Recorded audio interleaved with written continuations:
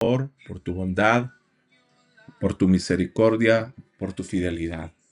Una vez más te pido que si alguno de los que estamos ya o de los que se van a ir agregando está atravesando alguna dificultad, algún problema, que tu Santo Espíritu le consuele y que mientras desarrollamos la clase, tú obres un milagro a favor, Señor, de cada uno de los que están atravesando cualquier necesidad. Padre, sorpréndenos con bendición mientras estudiamos tu palabra. Abre nuestro corazón, que no seamos oidores olvidadizos, que no seamos lectores, Señor, irresponsables de tu palabra, que la atesoremos, Señor, que meditemos en ella y que también hagamos los cambios necesarios que tu palabra nos pide, Señor, que nosotros tenemos que realizar para poderte agradar a ti. En el nombre de tu Hijo amado Jesús te lo pido. A ti se ha dado todo el honor, toda la gloria, todo el poder y toda la alabanza. Amén y amén. Como dije, qué bueno, hermano, que podemos estar ya acá reunidos y vamos a ver el tema que nos corresponde este día. Permítanme, aquí estamos. Sí, solo permítanme, aquí estamos. Hoy estamos con la lección número 14. Esa es la que nos corresponde ver hoy, del material de hacia la meta. Y el tema, como ustedes lo pueden ver ahí en su pantalla, es el dominio propio. Vamos a estar enfocados, vamos a hablar acerca de esta temática muy importante como es el dominio propio. Ejercer, hermano, ese control de nuestra propia naturaleza. El material no dice lo que voy a mencionar, hermano, pero quiero aclararlo porque muchas veces atribuimos a obras de nuestra carne, atribuimos a la presión del mundo, le atribuimos que son espíritus, que son demonios.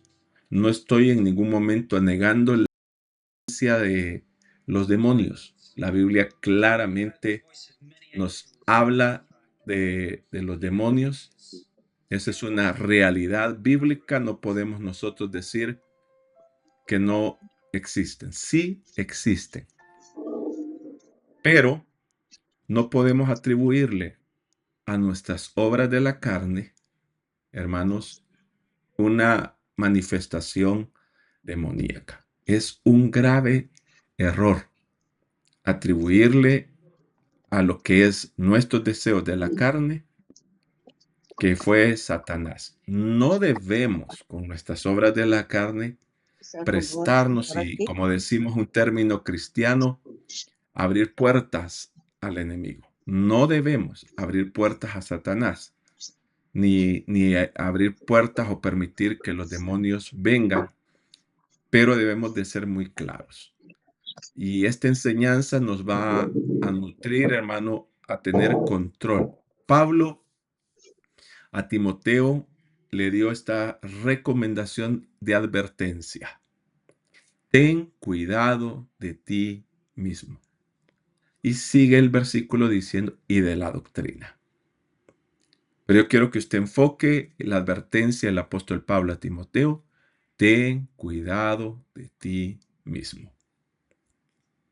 Hermanos, no solamente debemos generalizar las debilidades, debemos de conocer a nosotros mismos. Y esto es personal, hermano. Porque yo me puedo equivocar en cuanto al criterio de ver hacia mi hermano y decir, mi hermano padece de esto. He escuchado y he visto actitud de muchos creyentes que toman esa atribución que no les corresponde. Hermanos, afirmar debilidad en alguien no debe de ser nuestro accionar. Porque el Señor dijo, hermanos, que deberíamos de, antes de ver la paja en el ojo de nuestro hermano, ver la viga, ¿verdad? Eso es muy importante que nosotros, hermano, tengamos presente ese cuidado que debemos de tener en cuanto a ver los errores de los demás, ver las debilidades de los demás. Como yo lo digo, si el Señor nos permite ver un error, una debilidad de un hermano, propiamente una debilidad, y no estoy hablando de pecados, o sea, ya consumado, sino que si el Señor nos hace ver, por ejemplo, un mal carácter, eh, hábitos, palabras que no eran correctas decirlas, ¿verdad? Porque notamos que el hermano fue imprudente, sí podemos con amor corregir el error, pero con amor. O sea, si vemos el error en otro, primero reflexionemos, porque también en esto, hermano, debemos de tener cuidado, porque no se trata de perfección. Y muchas veces Satanás mismo, y aquí se voy a meter a Satanás, cuando queremos confrontar a alguien del pecado, nos culpa. Y tú le vas a ir a decir a él, y tienes esto. Si a usted le pasa eso, entonces sea prudente. En lugar de callarse, someta su debilidad, su flaqueza ante el Señor, ¿verdad? Arregle su casa primero y vaya con el hermano y sea sincero. Yo estoy luchando con esta debilidad. Yo estoy luchando con este carácter. Pero a mí me están ayudando y yo quiero que me permitas ayudarte. Dios, me he dado cuenta de que estás actuando mal, que tienes mal carácter, que no estás actuando ni haciendo algo bueno.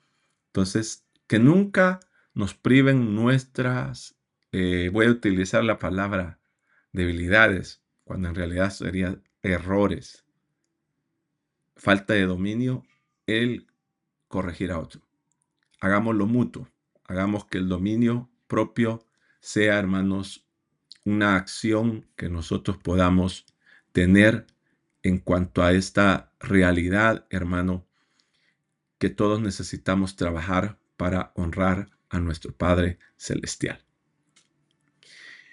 La primera pregunta que nos hace la guía, hermano, para introducción, romper el hielo, ¿verdad? Es que pensemos qué requiere más disciplina en tu vida diaria. Todos sabemos que necesitamos tener disciplina. El concepto de disciplina, dependiendo nuestra cosmovisión, le damos un significado. En pantalla, ahí en el recuadro, yo he puesto lo que significa la palabra disciplina según el diccionario de la Real Lengua Española.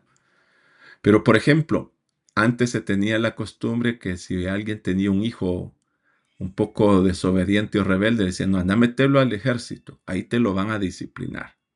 O mira, matricularlo en este colegio porque la disciplina de ese colegio son estrictos y ahí te van a ayudar. Entonces tomamos bajo ese concepto como la disciplina como corrección y castigo.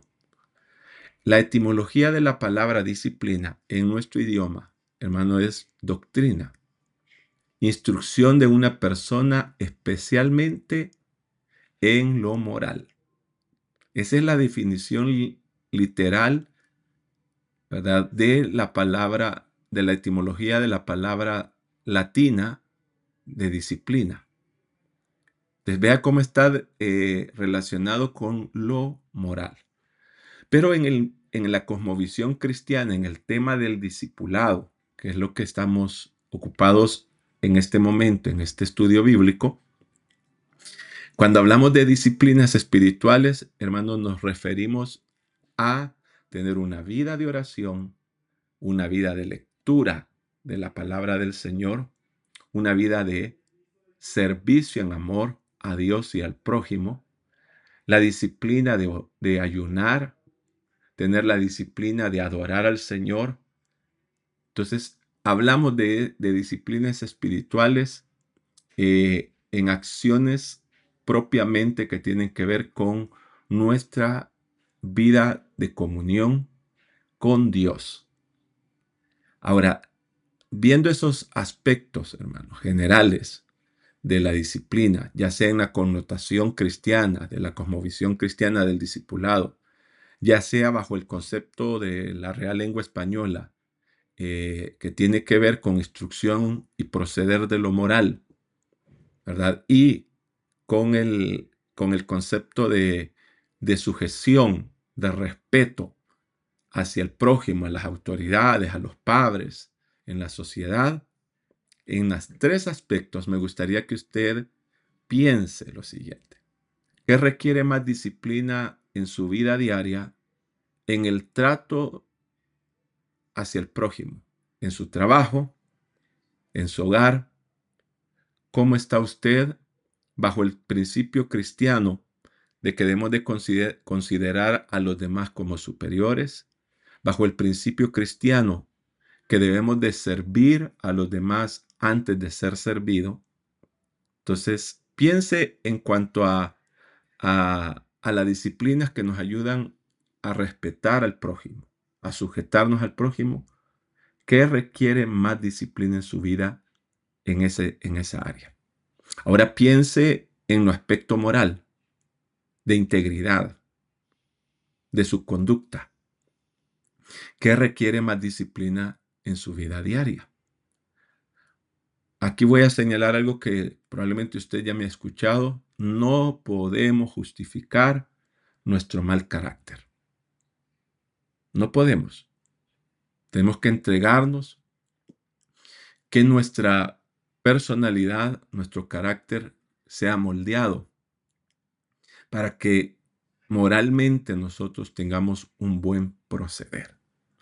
Entonces, en lo que requiere disciplina en lo moral, ¿qué requiere más disciplina en usted? ¿Qué área definiría usted en este momento que le hace falta?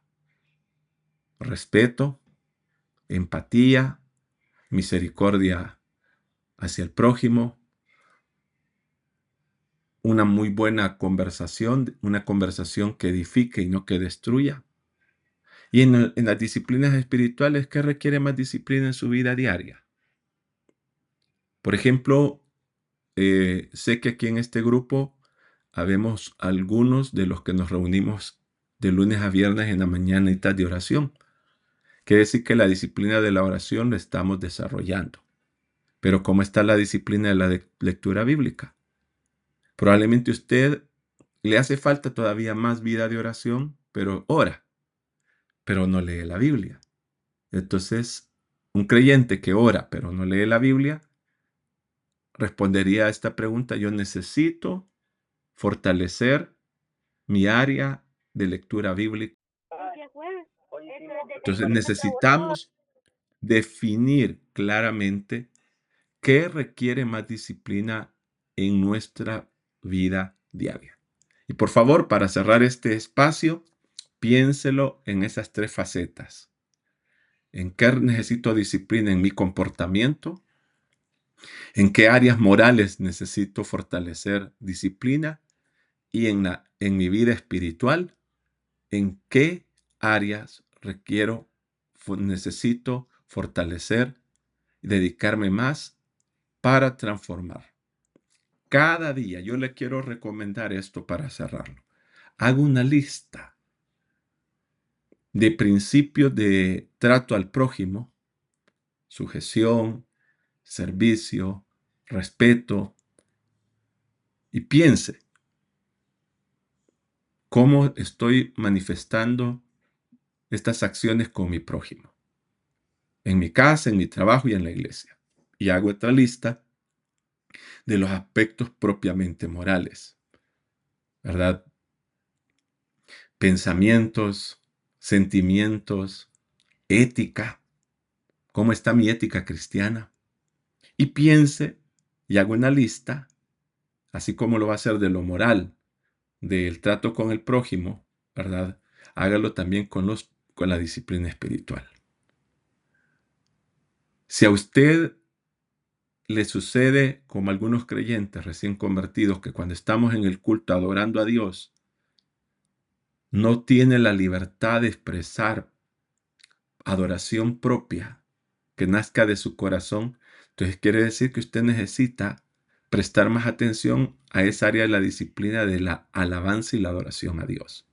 Si usted nota que lo que requiere es mayor esfuerzo en la lectura bíblica, pero que no sea solo, a mí me hace falta y necesito darle mayor fuerza a eso. No, defina qué pasos va a dar para fortalecer esas áreas de su disciplina.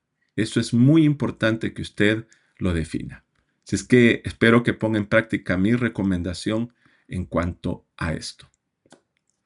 La guía, como usted la tiene allí, ¿verdad?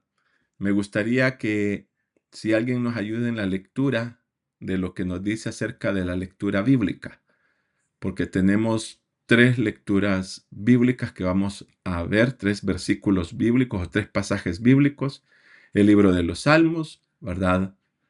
Vamos a ver la lectura del apóstol Pablo, ¿verdad? En Romanos, y también vamos a ver, hermano, como lo dice aquí, un punto central del pacto de Dios, ¿verdad?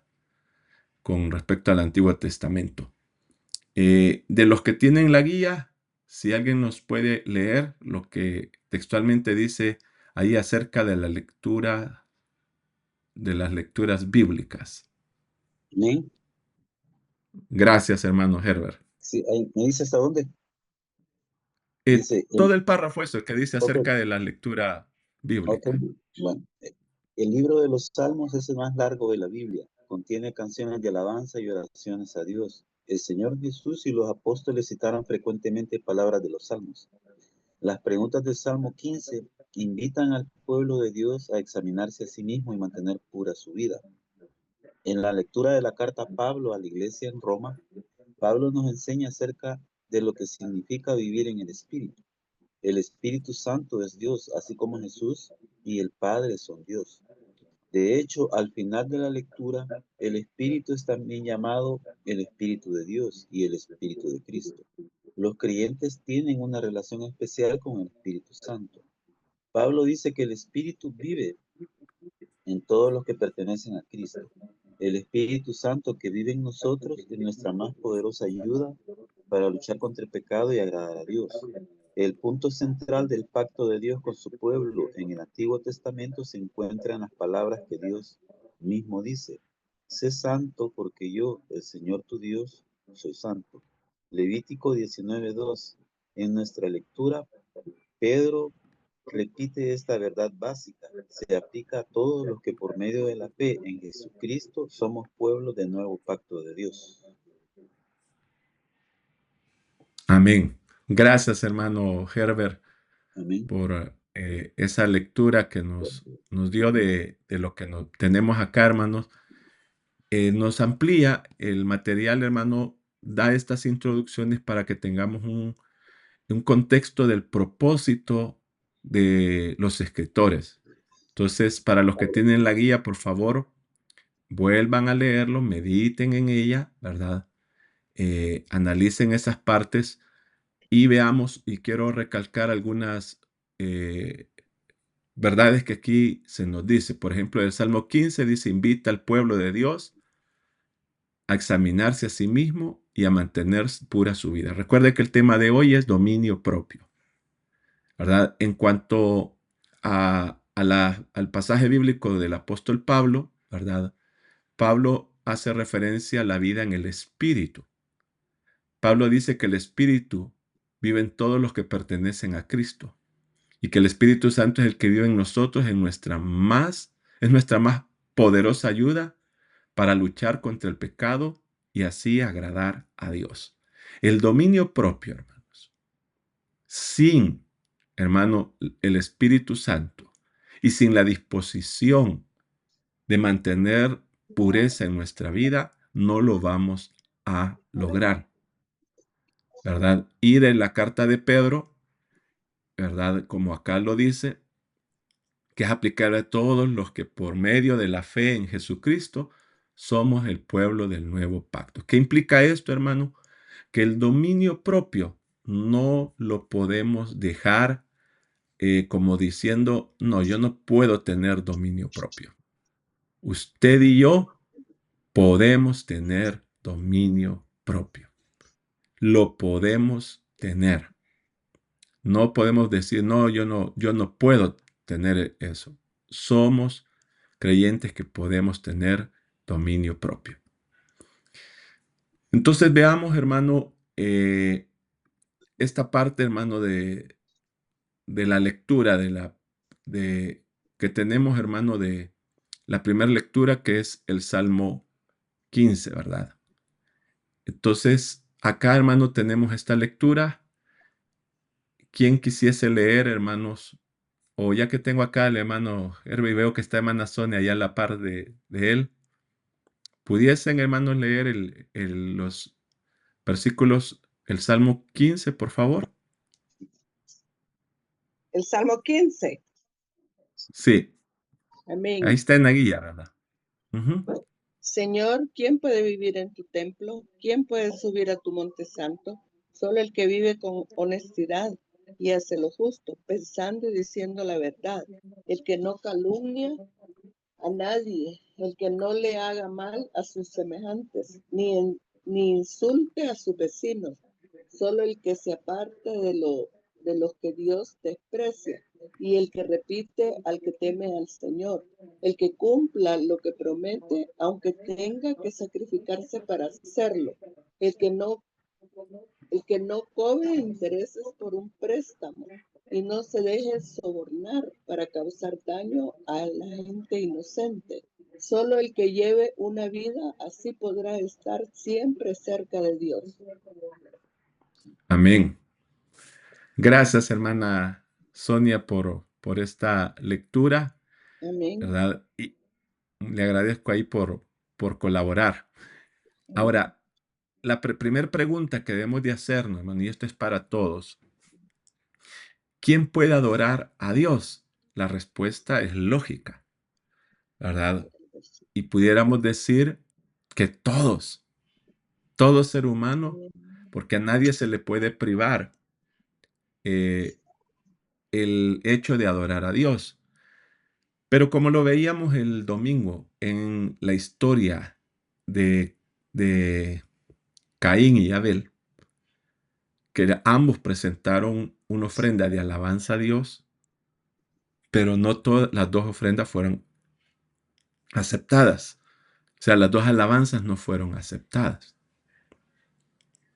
Entonces la pregunta del salmista, recuerde que en el templo adoramos a Dios. Y recuerde que el Nuevo Testamento nos revela que nosotros somos templo y morada del Espíritu del Señor. Amén. Te vea esa lectura bíblica en su vida. Señor, ¿quién puede vivir en tu templo? ¿Quién puede subir a tu monte santo?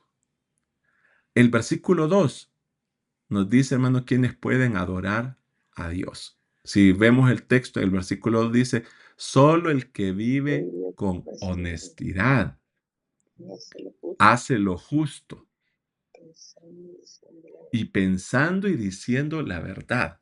Vea tres aspectos morales, podemos decir, hermano, que tenemos que ver cómo reforzar estos aspectos, hermano. Porque al tener esto, vamos a poder ejercer autoridad sobre nuestros propios deseos. Honestidad, justicia y verdad. Fundamentos muy importantes. Disciplinas espirituales muy importantes. Pero en esto, hermano, porque hay situaciones que atravesamos en la vida donde somos retados. O mentimos o decimos la verdad. O oculto un pecado o confieso mi pecado. ¿Actúo justamente o no? Ahí tengo que tener dominio cuando la injusticia se ve como una alternativa. Voy a compartirles esto. Le decía a un grupo de pastores, ustedes saben muy bien que soy hermano defensor de los principios cristianos, ¿verdad? Y el mentir, el engañar, no es un principio bueno por donde lo querramos ver. Pero me llamó la atención que en esa reunión pastoral hubo alguien que dijo lo siguiente y lo respaldó casi la mayoría. Y en esa mesa todos los que estábamos éramos pastores, hermano. Y lo que el hermano dijo fue lo siguiente. Cuando se dio el edicto en Egipto de matar a todo niño, las parteras hebreas salvaban la vida de algunos niños y entre ellos estuvo Moisés. Y cuando Faraón y sus líderes llegaban a decir, ¿es que acaso no les dijimos que niño varón hebreo que nazca, lo maten? ¿Por qué lo han dejado vivir? Entonces ellos le dijeron, lo que pasa es que las mujeres hebreas son más fuertes que las egipcias. Cuando nosotros venimos, ya ellas han dado a luz a sus hijos. Entonces el hermano decía, ahí hubo un engaño, ahí hubo una mentira y fue avalada por Dios. Ojo, hay un principio de la correcta interpretación bíblica. No porque se diga una acción quiere decir que Dios la prueba. Ojo a eso, es muy importante. Y hay que ver las circunstancias. Por ejemplo, Rahab, cuando salva a los dos espías, ¿acaso no mintió? Claro que sí. Podemos decir, sí mintió. Pero ¿cuál fue el propósito? Y aquí es donde la teología, hermano, tolerante a la mentira, inventó el concepto de mentiras piadosas o mentiras justas y mentiras malas o mentiras que producen daño.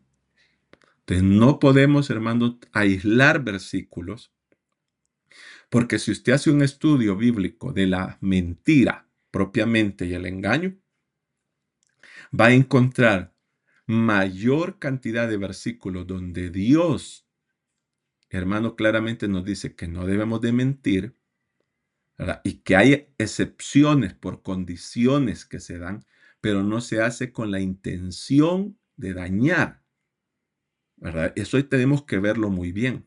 Les cuento mi experiencia. 1993, tengo la oportunidad por segunda vez de ir a la isla de Cuba. Me llevo una maleta llena de Nuevos Testamentos. No tenía permiso para introducirlos. Y cuando me piden en aduana revisar mis maletas y cuando yo la voy a subir a la mesa, se me rompe. Y salieron todos los Nuevos Testamentos, hermano, al piso. Y el guardia que estaba al lado mío se tira el fusil para atrás.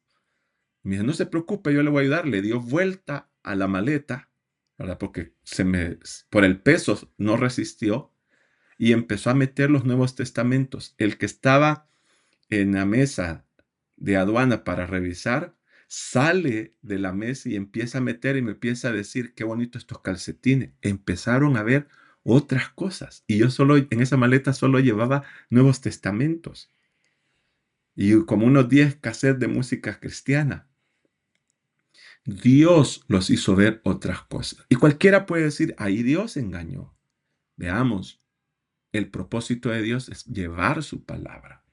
Pero en ningún momento Dios está diciendo que Él avala, hermano, lo que es injusto, lo que es mentira. ¿Quiénes pueden adorar a Dios? Versículo 2, solo el que vive con honestidad, hace lo justo y, ¿verdad? Pensando y diciendo la verdad. Entonces, hermano, debemos de considerar las circunstancias. Yo les invito a que indaguen, averigüen, hermano, la historia del hermano Andrés. Si usted pone en el buscador de Google, hermano Andrés, la voz de los mártires, lo primero que le va a salir es la biografía de él. El hermano Andrés es el que, hermano, antes de morir, fue el que hizo ese buen ministerio que nos ayuda a conocer sobre la persecución de la iglesia. Su ministerio, él ya falleció, su ministerio fue, hermano, llevar la Biblia a los países donde era prohibido. De hecho, hay un libro antiguo que se titula El contrabandista de Dios, porque él milagrosamente lograba meter Biblias, hermano, y pasaba las fronteras y Dios hacía milagros sobrenaturales como el que yo viví. Hermano, y no quiere decir que ahí es mentira.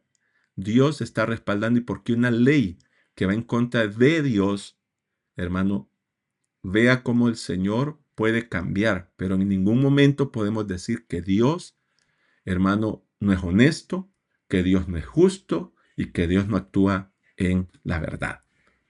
Debemos de alinearnos a la verdad del Señor. Pasemos a la segunda pregunta, hermano, siempre basado en el Salmo 15. La segunda pregunta nos dice, ¿cómo podemos estar más cerca de Dios hoy? Y recuerde que este material utiliza los principios del método de estudio inductivo. Y el método de estudio inductivo, hermano, tiene 3 pasos. Primero es observar lo que el texto bíblico dice. Después de observar y comprender con una lectura comprensiva lo que el versículo en que estamos leyendo, estudiando, nos dice, entonces podemos interpretar. Primero es observar. Segundo es interpretar. Y tercero es aplicar. Entonces, ¿qué es interpretar? No es lo que yo creo que dice, es lo que el escritor nos dice. Entonces, observemos, hermano, versículo 3 al 5. Tratando de responder, no tratando, sino más bien respondiendo cómo podemos estar más cerca de Dios. Versículo 3, ¿verdad? El que no, que dice ahí, hermano, calumnie a nadie. El que no haga mal a su semejante, ni insulte a su vecino, solo el que se aparte de lo que Dios desprecia y el que reparte, ¿verdad?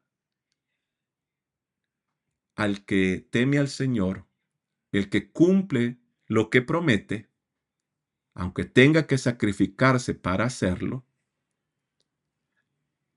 Y dice el versículo 5, el que no cobra intereses por un préstamo y no se deja sobornar para causar daño a gente inocente. Solo el que lleva una vida así podrá estar siempre cerca de Dios. Quiere decir, hermano, que a la luz, observando e interpretando lo que el salmista nos dice, hermanos, para acercarnos a Dios no solamente hay que orar, no basta solo con congregarnos. Son importantes estas disciplinas, hermano. Tenemos que dar estas acciones. Y estas acciones, hermano, para poderlas cumplir requiere que tengamos dominio propio. Entonces, hagamos una aplicación de estos principios que nos describe el salmista, que quiénes son los que se pueden acercar al Señor. No calumniemos, hermano. No hagamos ningún mal a nadie.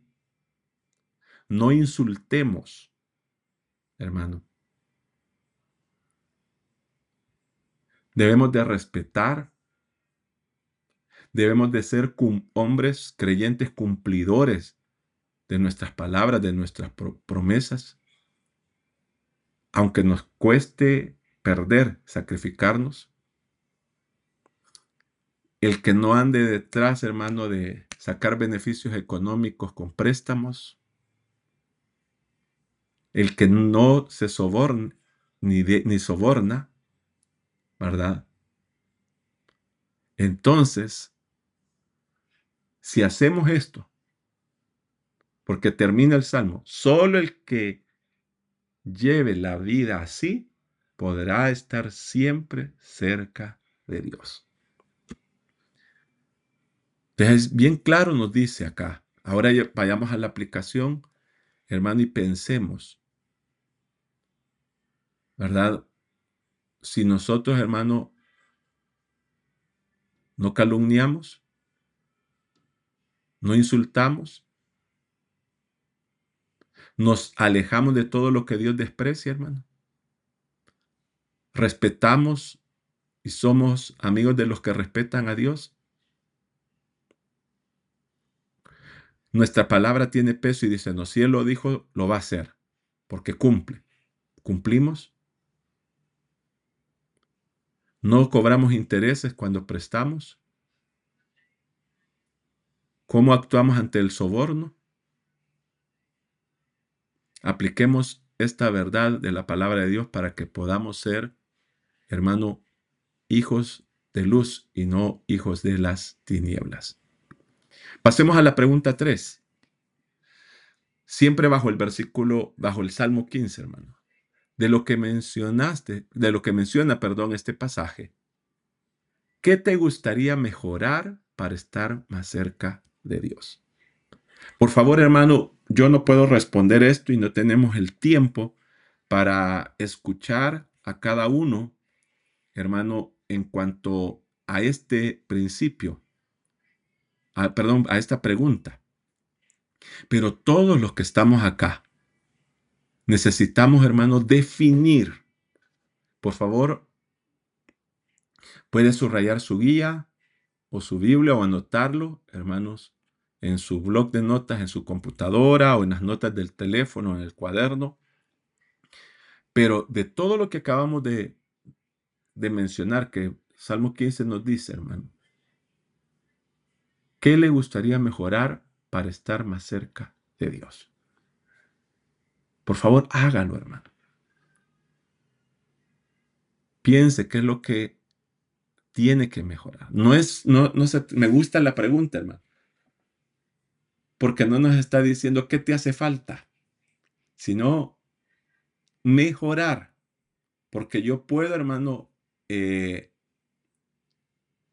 alguien que no le haga mal a mi semejante, pero que pueda hacer más para ser buena persona.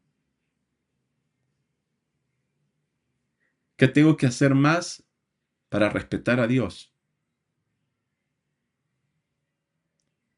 Piense, hermano, y lleve cada parte y defina una y póngalo como una tarea para los próximos 7 días. Tengo que mejorar en esta área. No me voy a prestar para los rumores en redes sociales, porque eso es hablar mal de mi prójimo, calumniarlo.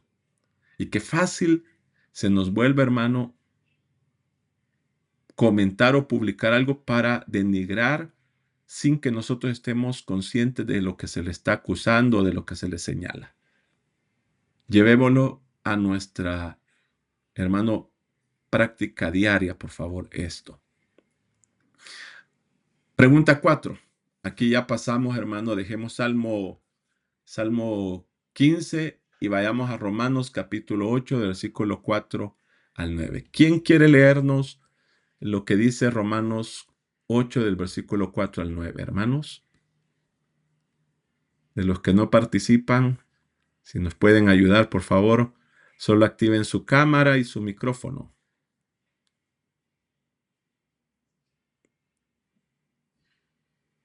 Vamos a ver. Estoy viendo acá. Hermana Suri, ¿usted pudiese ayudarnos a la lectura? Sí, pastor, Gracias. ahorita. Solo que estoy en oscuras porque ya se durmió mi mami. Dice, Sí, ya sí, no no se vivimos preocupe. de acuerdo a la naturaleza humana, sino que vivimos de acuerdo al espíritu. Los que siguen la mentalidad humana solo piensan en satisfacerla, pero los que viven según al espíritu solo piensan en satisfacer al espíritu. El que se deja controlar por su mentalidad humana tendrá muerte, pero el que deja que el espíritu Perdón. controle su mente tendrá vida y paz. Cuando alguien se deja controlar por su mentalidad humana, está en contra de Dios y se niega a obedecer la ley de Dios. De hecho, no es capaz de obedecerla. Los que tienen la mentalidad humana no pueden agradar a Dios. En ustedes no predomina la mentalidad humana, sino la del Espíritu, porque el Espíritu de Dios vive en ustedes. Gracias, hermana Suri. Veamos la pregunta y nos invita a que leamos el versículo 4 y versículo 6. No del 4 al 6, sino versículo 4 y 6. ¿Cómo debe vivir el creyente y qué obtendrá, verdad, si vive de esta forma? El versículo 4 que nuestra hermana leyó dice, y es el primero que tenemos, ya no vivimos de acuerdo a la naturaleza humana, sino que vivimos de acuerdo al Espíritu. Y el versículo 6 dice, el que se deja controlar por su mentalidad humana tendrá muerte, pero el que deja que el Espíritu controle su mente tendrá vida y paz. Muy, muy buena, hermano, esta recomendación. Y esta, más que una recomendación, una definición del apóstol Pablo. De cómo debemos de vivir nosotros los creyentes, hermano. Ya no siendo carnales, para llevarlo en nuestro lenguaje bíblico, ¿verdad? Ya no dejándonos dominar por esta naturaleza humana. Seamos sinceros, hermano, muchas veces tomamos el capítulo 7 de Romanos, que no es el que estamos leyendo, pero quiero mencionar esto, porque en el capítulo 7 Pablo dice, me doy cuenta que lo que yo no quiero hacer, eso hago. Entonces muchos creyentes dicen, no, si hasta el apóstol Pablo dice que él vivía en la carne. Si leemos bien el capítulo 7, nos conecta con el capítulo 8. Y él no está justificando vivir en la carne. Él está exponiendo, cuando vivo en la carne, la misma carne me domina, no tengo dominio propio. Porque mi carne, mi naturaleza, mis deseos me arrastran, me llevan.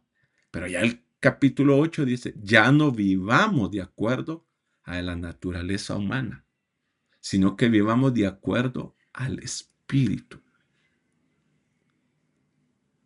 ¿Qué vamos a obtener, hermano, si vivimos de esta manera? Entonces lo vemos acá. Que el que deja que el Espíritu controle su mente, obtiene dos aspectos necesarios en la vida. Y yo quiero que usted lleve a la evaluación. Es feliz con su vida cristiana. Es un creyente que tiene paz. O es amargado. Le roban la paz. Y no genera paz usted. Si no somos portadores, si no somos, como dice Mateo 5, en las bienaventuranzas, pacificadores. Hermano, la falta de vida en nosotros, de alegría, de disfrutar esta vida, y la falta de paz en un creyente evidencia que ese creyente está viviendo de acuerdo a sus propios instintos carnales, a la naturaleza humana. Y los creyentes debemos de vivir de acuerdo al Espíritu. Ese es nuestro llamado y tenemos, hermanos, que enfocarnos y trabajar y evaluarnos día a día, hermanos. No solamente hoy en este estudio. Hagamos esta evaluación diaria. Pasemos a la pregunta 5. Siempre basada en Romanos 8, del 4 al 9. ¿Cómo describiría la naturaleza humana? Porque acuérdense que el tema principal de hoy es tener dominio propio. Y hermano Pablo le dijo a Timoteo, lo decía yo, ten cuidado de ti mismo. Y en una batalla, hermano, hay que conocer el enemigo para enfrentarlo. Entonces, antes de ver el mundo, porque muchos de nosotros, hermanos, como cristianos, nos enseñaron apártese del mundo, lo cual es bueno. Pero no nos enseñaron y no nos instruyeron con la primer batalla que tenemos que pelear y controlar nuestra naturaleza carnal. Y es ahí donde necesitamos dominio. Entonces, a la luz de Romanos 8, del versículo 4 al 9, ¿cómo describiría la naturaleza humana? Veamos el versículo 5. Los que siguen la mentalidad humana solo piensan en satisfacerla.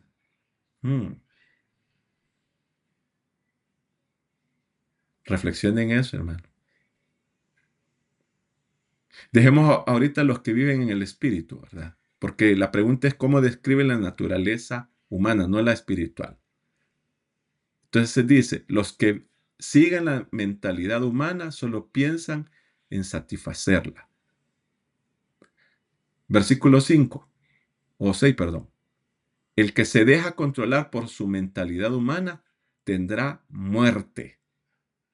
Vea, hermano, esta vida de la naturaleza humana es terrible. Y cada vez que vamos a ir avanzando en esto, hermano, nos dice, o sea, primero pensamos solo en satisfacerla. El resultado es muerte, ¿verdad? Dice versículo 7, cuando alguien se deja controlar por su mentalidad humana, esto está terrible, hermano. Está en contra de Dios. Y no solamente está en contra de Dios, sino que ni se niega a obedecer la ley de Dios. Y amplía el apóstol, dice, de hecho no es capaz de obedecerla, o sea, no tiene dominio propio. ¿Por qué? Porque tomó la decisión de alejarse de Dios, de negar el obedecer la palabra a Dios mismo, sus mandamientos, sus estatutos, ¿verdad? Y nos ponemos en contra de Dios. Dice, los que tienen la mentalidad humana no pueden agradar a Dios. Y cierra el versículo, este pasaje con el versículo 9, dice, en ustedes no predomina la mentalidad humana, sino la del Espíritu, porque el Espíritu de Dios vive en ustedes. Hermano, tengamos bien claro por qué esta naturaleza humana, al recibir a Cristo, hermano, no desaparece. Está allí. Y mientras estemos en este mundo, estará allí. Entonces aquí, hermano, si no leemos bien el texto bíblico, podemos caer en una situación. Qué complicado está esto. ¿Por qué no me lo dijeron cuando me invitaron a aceptar a Cristo? ¿Verdad? Porque respondamos a la pregunta 6. Me acaba de salir una noticia que mi internet está inestable, así que si hay un retraso, paciencia, se estabiliza, hermano. ¿Cómo se describe una vida guiada por el Espíritu? Ahora dejemos lo de la carne, hermano, y me gustaría que alguien nos pudiera leer, obviando en el pasaje, hermano, lo de la vida de la carne y nos enfoquemos en lo que describe en la vida del Espíritu. ¿Quién quiere leernos eso?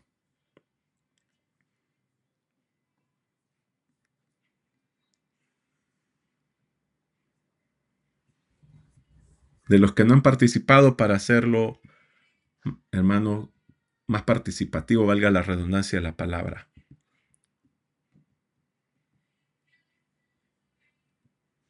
No se me amontonen, hermano, solo uno. Pastor, no importa si es la nueva versión internacional, es que no tengo acceso ahorita a la otra. No, léalo, Esta no hay barrera. problema.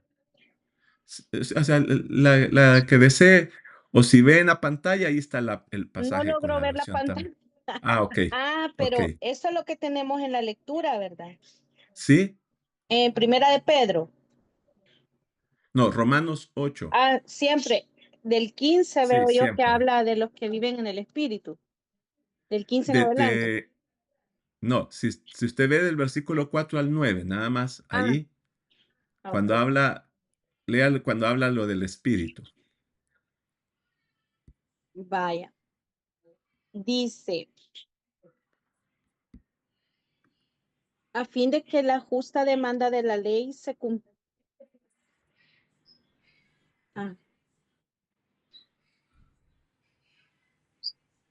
Ya. Gracias.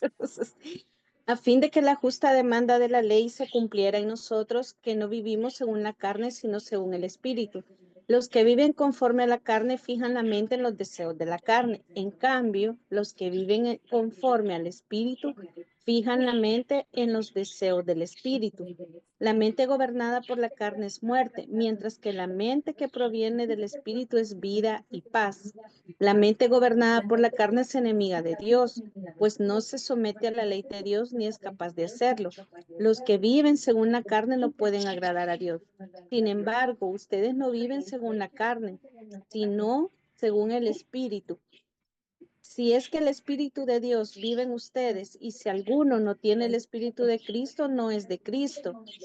Pero si Cristo está en ustedes, el cuerpo está muerto a causa del pecado, pero el Espíritu que está en ustedes vida a causa de la justicia. Hasta ahí. Amén. Sí, gracias, hermana. Amén. Le agradezco ahí por su lectura, ¿verdad? Bendiciones. Amén. Bendición. Amén. Entonces, hermanos, vemos acá, destaquemos esas partes que mi hermana nos decía en cuanto al espíritu, ¿verdad? Vivimos, el que vive en el espíritu vive de acuerdo al espíritu, ¿verdad? Y el que vive en el espíritu solo piensa, ¿verdad? Dice, en satisfacer al espíritu. Dice, el que deja que el espíritu lo controle su mente tendrá vida y paz. Entonces veamos los beneficios, cómo se describe. Yo quiero compartir en este momento, permítanme, voy a ocultar y quiero compartir con ustedes. Aquí lo tengo, permítanme.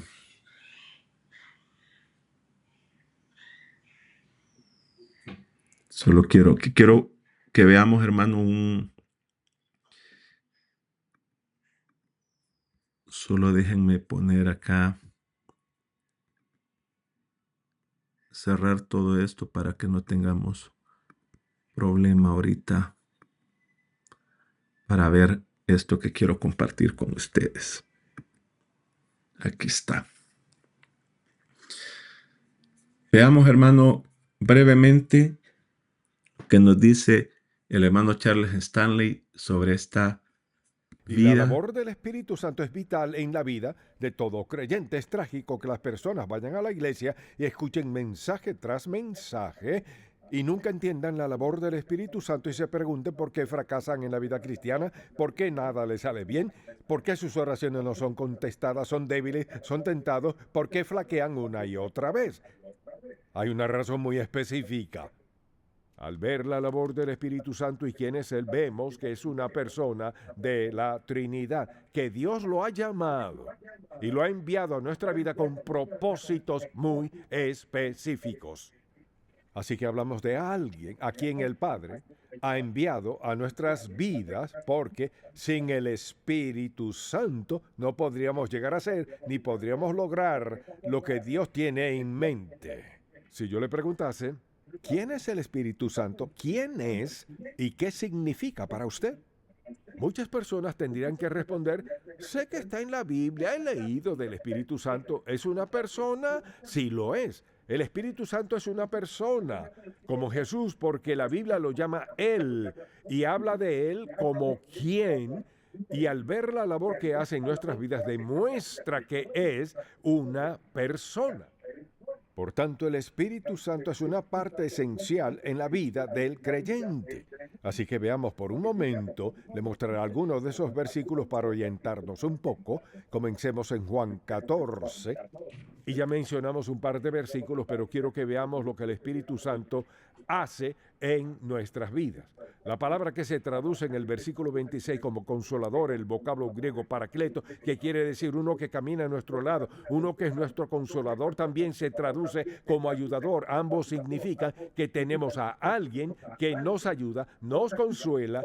Entre otras cosas, notemos en el versículo 26 que dice: mas el Consolador, el Espíritu Santo, a quien no dice lo que, sino a quien el Padre enviará en mi nombre, Él os enseñará todas las cosas. Es decir, la labor del Espíritu Santo en la vida del creyente es enseñarnos la verdad. Si el Espíritu Santo no nos interpreta la verdad, caeremos en error. Hay toda clase de teologías, un sinnúmero de ideas y religiones por doquier, con creencias erradas. Religiones creadas por el hombre. Teologías humanas sin la labor del Espíritu Santo, pero en este libro no hay contradicciones. Escuche, no solo nos enseñará todas las cosas, segundo, y os recordará todo lo que yo os he dicho y todo lo que deseo que entiendan. Es decir, Él nos recuerda la verdad. Digamos, por ejemplo, que alguien diga: me gustaría testificarle a alguien, pero olvidaré los versículos. Tenga en mente que el Espíritu Santo puede recordárselos. Una de sus responsabilidades es recordarnos lo que debemos tener en mente, que principalmente es la palabra de Dios. Luego vayamos al capítulo 15, versículo 26. Juan capítulo 15 dice otra vez: pero cuando venga el Consolador, o sea, el Espíritu. Amén. Volvamos entonces, hermano. Después les comparto el enlace de la enseñanza, hermanos, del hermano Charles Stanley, ¿verdad? Y veamos, hermano, lo que nos dice este pasaje de la Escritura. Estábamos, no era acá, permítanme, estoy buscando en dónde nos quedamos. Aquí. Cómo escribe una vida guiada por el Espíritu. Entonces ya el hermano nos dio acá una de las luces de cómo es, hermano, o de las enseñanzas de cómo es. Una vida en el Espíritu no es opcional, hermanos. No debemos de verlo como, sí, tenemos que vivir en el Espíritu. No. La vida en el Espíritu, hermanos, es nuestra responsabilidad. Y tenemos que permitir al Espíritu Santo que nos guíe hacia toda verdad. No podemos, hermano, tener una actitud irresponsable. Debemos, hermano, darle oportunidad al Espíritu de Dios en nuestra vida. Debemos tener, hermano, esa actitud de honrar al Señor siendo obedientes a la voz del Espíritu de Dios. Vivamos en el Espíritu, y sé que el Señor, si nos lo pide, es porque lo podemos, hermano, hacer. Amén. ¿Qué cosa puede hacerse para ir terminando, hermanos? Ya el tiempo ha avanzado.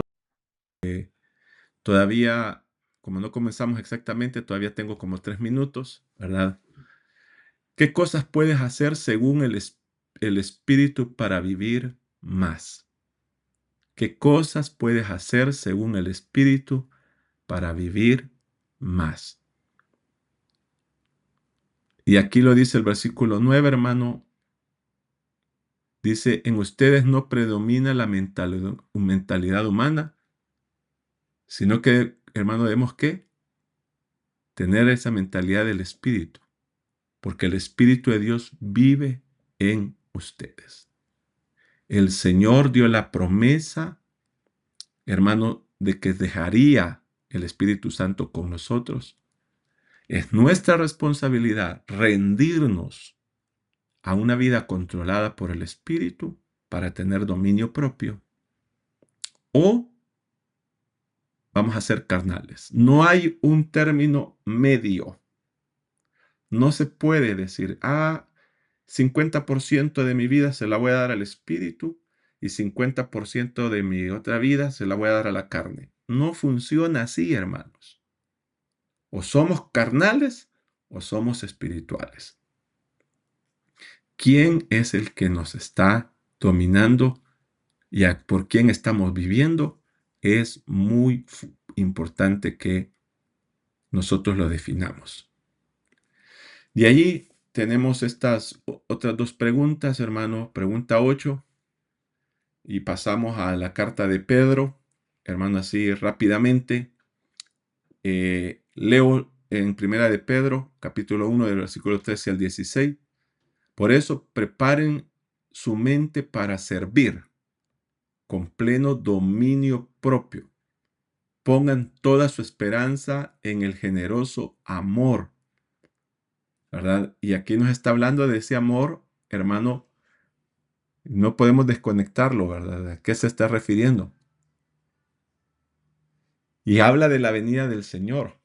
Antes ustedes, dice, no entendían y por eso seguían sus malos deseos. Pero ahora son hijos obedientes de Dios y no deben de vivir como antes. Más bien, sean santos en todo lo que hacen. Porque Dios, quien los llamó, es santo. Pues está escrito, sean santos porque yo soy santo. ¿Qué cambios en la vida del creyente describe este pasaje, hermanos?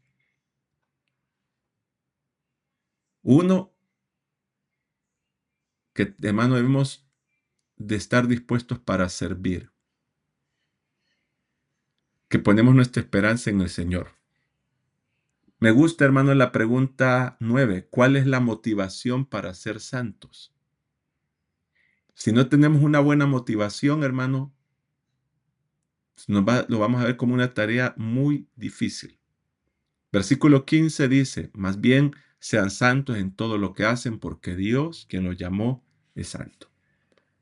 Su estándar de santidad no debemos de ser los pastores. Los pastores tenemos la responsabilidad de ser buen ejemplo, inspirarles, motivarles con nuestro buen testimonio. Pero su estándar no debemos de ser los pastores. Nuestro estándar que debemos de alcanzar es Dios mismo. Nuestra motivación, hermano, para ser santo debe ser la de agradar al Señor. Esa debe ser nuestra motivación. Pasemos a la pregunta 10 y 11, las últimas preguntas, hermano. ¿Qué significa para ti dominio propio? Por favor, hermano, define esa respuesta a la luz del versículo 13. Por eso, preparen su mente para servir con pleno dominio propio. Defina qué significa para usted dominio propio. Y la pregunta 11 nos dice, ¿cómo puedes alcanzar mayor dominio propio? Esto es muy importante que nosotros, hermanos, lo veamos. ¿Cómo podemos, hermano, hacer para alcanzar mayor dominio propio? No me salió completa la pregunta, pero es durante la próxima semana. La pregunta 11 nos está llevando, hermano, a que tengamos una acción durante los próximos 7 días. Definamos qué vamos a hacer en los próximos 7 días. Para concluir, hermano, esto del dominio propio nos dice la guía, según todo lo que hemos leído y estudiado hoy, ¿qué cambio vas a hacer en tu vida? Yo no puedo responder por usted, hermano, pero le quiero motivar. Hagamos cambios. No justifiquemos nada de nuestra carne, hermanos. No seamos irresponsables. Vuelva a repasar su guía y escriba y defina. Necesito cambiar estas áreas. Yo iniciaba, hermano, que las disciplinas, según la cosmovisión, puede ser en nuestro trato a las autoridades, a nuestros padres, en nuestro trato al prójimo, ¿verdad? Tener disciplinas de respeto, ¿verdad? De honra, tener buenos modales, pero también están las disciplinas que tienen que ver con aspectos éticos y morales y las disciplinas espirituales. ¿Qué cambios va a hacer usted en su vida en esas 3 facetas? donde se utiliza la palabra disciplina. ¿Qué cambios va a hacer usted para respetar y considerar a los demás como superiores a usted mismo? ¿Qué cambios va a hacer usted en su vida en cuanto a su integridad? ¿Qué cambios va a hacer usted en su vida en cuanto a sus disciplinas espirituales? Defínalo para los próximos 7 días. Hermanos, les agradezco por estar con nosotros en este estudio bíblico, que si no somos solo oidores olvidadizos, hermano, vamos a tener un gran beneficio si llevamos esta palabra, hermanos, a la práctica en nuestra vida, en nuestro diario vivir. Será una bendición para cada uno de nosotros, hermano, el que llevemos la palabra del Señor a un diario vivir. Es posible, hermano, porque de eso se trata la vida cristiana. El ser nacido de nuevo no es basta con solo congregarnos. El congregarnos es importante, pero nuestro proceder debe ser coherente con lo que se predica y con lo que andamos en ese libro o en nuestra aplicación, ¿verdad? De la palabra de Dios. Hermanos, necesitamos nosotros tener una vida que no nos dejemos guiar por nuestros sentimientos, por nuestra naturaleza, porque los deseos de nuestra carne, hermanos, no son buenos, pero podemos sujetarlos. Podemos hacer que el Espíritu reine sobre nuestra naturaleza carnal. No es imposible. No es para hijos especiales. No es para creyentes que tienen años. Conozco muchos creyentes que tienen años de ir a la iglesia y no tienen dominio propio. Y conozco gente recién convertida que sí rindió su vida al control del Espíritu Santo y tienen dominio propio. Terminamos, hermano. Vamos a orar al Señor. Padre, gracias por esta enseñanza. Y te pido, oh Dios, que tú nos ayudes a que cada uno de nosotros podamos tener, Señor, esa vida espiritual. Poder ser, Señor, esos creyentes que podamos, Padre, caminar y conducirnos no siendo guiados por nuestra propia naturaleza carnal, sino, Señor, guiados por tu Espíritu. Padre, pedimos que tú nos bendigas, que tú nos ayudes a caminar en rectitud, a caminar, Señor, correctamente. Te pido, Padre, que cada uno de nosotros podamos ser hijos tuyos, que podamos obedecerte, que podamos caminar, Señor, que las disciplinas necesarias en nuestra vida, Señor, sea algo que sea como un ideal diario y que nos ayudes a continuar cambiando nuestra forma de vivir. Señor, pido para mi vida y para la vida de cada uno de mis hermanos sabiduría para entender tu palabra, Señor, y sobre todo para ponerla en práctica durante los próximos 7 días. Señor, que cada hermano tenga la confianza, aquellos que están luchando con sus propios deseos. Señor, que tengan la confianza y que este grupo nos volvamos un grupo de apoyo para ayudarnos a agradarte y, Señor, complacerte a ti, que es lo más importante. Queremos, Señor, que nuestra vida te sea de honra, de alabanza para ti, Dios. En el nombre de Jesús, amén y amén. Que el Señor me los bendiga, hermanos. Dios bendiga. Termino esto, Amén, hermano. bendiciones. Amén. Nomás termine, Pero que subo el descanse. video y les comparto el enlace posteriormente. Amén, hermano. Bendiciones. Bendiciones, bendiciones. Bendiciones. Amén. Que el Señor me los bendiga abundantemente. Amén. Amén.